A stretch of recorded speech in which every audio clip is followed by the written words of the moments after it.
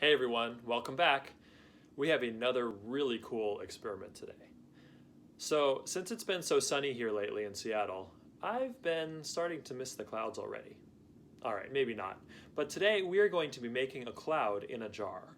So, what do we need for this one? Well, we need a jar, of course. I'm going to be using this jar since it's a pretty good size and it's very clear. There's not a whole lot of markings on the outside, so I can see inside it really well. And we also need a lid.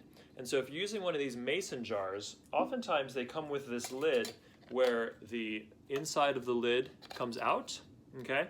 So if you have this, then this piece is perfect for this jar. Now you can also use something like a clear glass, and you can use just plastic wrap as the lid. But the key is that the lid has to fit snugly so not a lot of air or other things escape from inside the jar. So it doesn't have to screw on tightly, but it has to be a tight seal around the outside. So plastic wrap really does work well if you don't have a lid like this. So again, you can use a jar with this type of lid, or you can use just a clear drinking glass with plastic wrap to put on top. Now we're also going to use matches for this one, so you're going to need adult help for this experiment. And then we're also going to use hot water and ice. Now I don't have those here because I'm leaving them to stay the correct temperature for as long as possible. So what we're going to do is put hot water into the jar or the glass up to about 1/3 of the way. And so you can just go to your sink, run the hot water till it gets as hot as it's going to get, and then fill it up that much. So once you have that much water in, we're going to light a match, hold the match inside, so you get your parents to do this, get some adult help, hold the match inside for a couple of seconds, and then you can just drop the match into the water and it'll go out. Now, as quickly as possible, you're going to put the top onto the jar and then put ice onto the lid or whatever surface you have. So again, if you're covering it with plastic wrap, you can just put the ice onto there. And then we're just going to leave it for a couple of minutes. And we're going to watch as something forms inside the jar. Now, before we get to the experiment, there's one thing about clouds that I want to tell you. And you might not know this because, actually I didn't know this until pretty recently, but clouds are not just water vapor. So they're not just really teeny tiny droplets of water. But inside each of those droplets, there needs to be a piece of dust or soot, or like smoke, so that the water droplet can form around it. The water needs something to attach onto. So, if you're in your bathroom and there's a lot of steam in the bathroom, then the water vapor collects on the mirror. Well, this is sort of the same. So the water vapor needs something to collect onto. So if there's dust or soot in the air, which is what the match is going to create, then the water vapor can form around that little particle. All right, so let's get to it. So once again, we're going to put hot water into the jar about 1/3 of the way up, put a lit match into the jar for a couple of seconds, drop the match in, put the lid on, put ice on top of the lid, and wait for a couple of minutes. All right, sounds like a lot of steps. It's not that much. You can watch me while I do it. All right, let's get to it. I'll be back with ice and hot water in just a moment.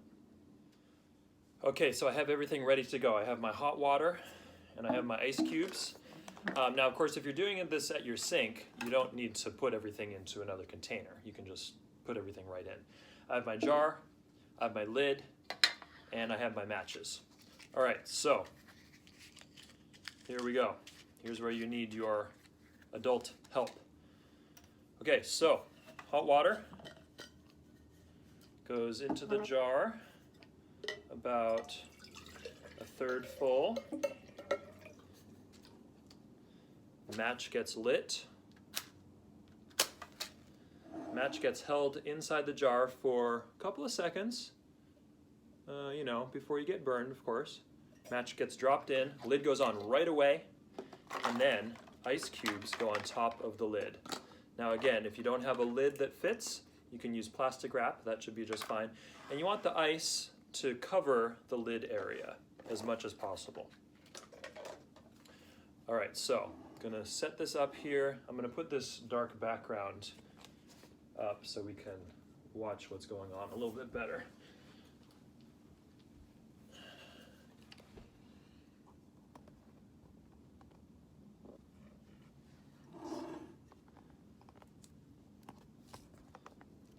Try it like that. All right, and we're just going to watch this for a couple of minutes, let it sit.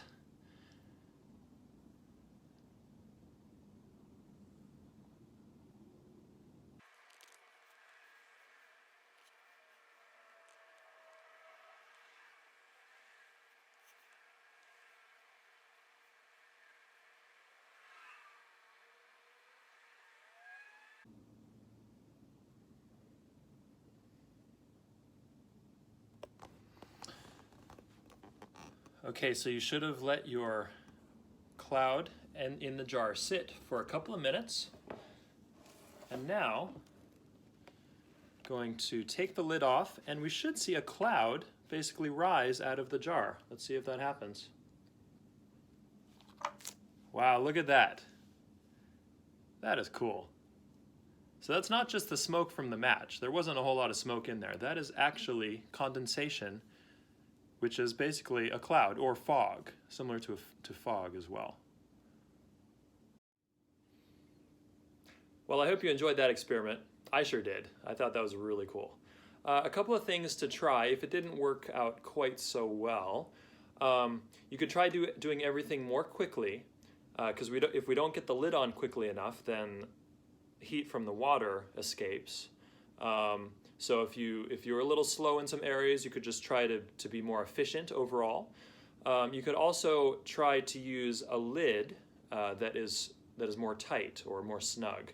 Because if you use a lid that doesn't fit quite right, some of that smoke or some of the hot temperature from the water could escape, and that would probably make it not work out quite as well as before. One other thing you could try is doing this experiment again, but without the match part, and see what happens with that. See if the cloud still forms.